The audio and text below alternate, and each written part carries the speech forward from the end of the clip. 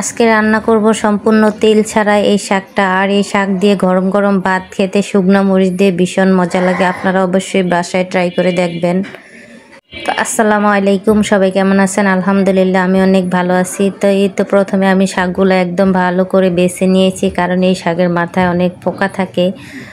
আর আমার শাশুড়ি মা এক জায়গায় গিয়েছিলেন, সেখান থেকে শাকগুলো তুলে নিয়ে আসছে। তো এখন এটাকে আমি ভালো করে ধুয়ে পরিষ্কার করে নিতেছি, কারণ শাকে প্রচুর পরিমাণ বালু থাকে। তো এতে দেখেন আমার শাকগুলো একেবারে পরিষ্কার করে ধোয়া হয়ে গেল। এখন আমি এটা চুলাতে বসিয়ে দিব। আর এই শাক রান্না করে অবশ্যই আপনারা খেয়ে দেখবেন, সাথে লেবু পাতা দিলে ভীষণ মজা হয়। আমার বাড়িতে লেবু পাতা ছিল না, তাই জন্য দেওয়া হয় নাই। তো প্রথমে শাকগুলা বসিয়ে দিলাম। এখন এটাতে পরিমাণ মতো কাঁচামরিচ দিয়ে দিয়েছি, কারণ কাঁচামরিচই আসল এটার। এখন দিয়ে দিব লবণ, দিয়ে এটাকে ঢেকে দিব ঢাকনা দিয়ে। আর এই দিক দিয়ে এই তো আমি শাকের জন্য রসুন পেঁয়াজ বেশি করে ছিলে নিয়েছি, এটাকে ছেঁচে নেব। এইটা দেখেন আমার ছেঁচা হয়ে গেছে, কারণ এইটা দিয়েই আমি শাকটা রান্না করব। যেহেতু শাক বাগার দিব না, তেলও দিব না, তাই জন্য। তা আমার শাকটা প্রায় হয়ে আসছে, আদা সিদ্ধ হয়ে গেছে। এখন পানি শুকানোর পালা। পানি শুকিয়ে গেলেই আমি এই শাকটাতে ওই রসুন পেঁয়াজগুলো দিয়ে ভালো করে ছেঁচে নেব। আর এই শাকটা এইভাবে রান্না করে খেয়ে দেখবেন, গরম ভাতের সাথে ভীষণ মজার, একদম সুস্বাদু একটি রেসিপি। তেতে দেখেন আমার শাকটা একদম শুকিয়ে আসছে, আর একেবারে সবুজ সবুজ কালার হয়েছে। আর খেতে কিন্তু ভীষণ মজা হয়েছিল।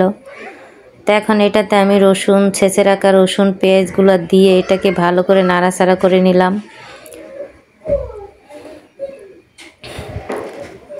তো এখন এটা আমি ডাল ঘুটনি দিয়ে ভালো করে ঘুটে নিব, যেহেতু আমি ডাল ঘুটনি ব্যবহার করতেছি, আর কিছু নেই। এটা দিয়ে এখন আমি এটা ভালো করে ছেঁচবো।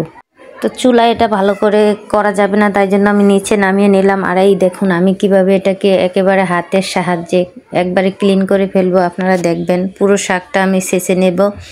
আর এভাবে ছেঁচলে রসুন পেঁয়াজের গন্ধটা শাকের ভেতর বের হয়, খেতে ভীষণ মজা হয়।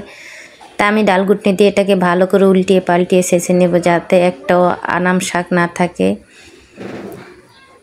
তো আপনারা ওইভাবে বাসায় ট্রাই করবেন। আর এই তো দেখুন আমার পুরো শাক ছেঁচা হয়ে গেছে, আর শাকটা কত লোভনীয় লাগছে, খেতে ভীষণ মজা লাগছে। আমি আরেকটু চুলায় দিয়ে দেবো, যেহেতু কাঁচা রসুন কাঁচা পেঁয়াজ দিয়েছি, তাই জন্য ওটার গন্ধ সরানোর জন্য। তো এই তো দেখেন আমি ভালো করে এটাকে আবার একটু সুন্দর করে নাড়াচাড়া করে নিয়েছি। আর এখন এটা আমি বাটিতে তুলে ফেলবো।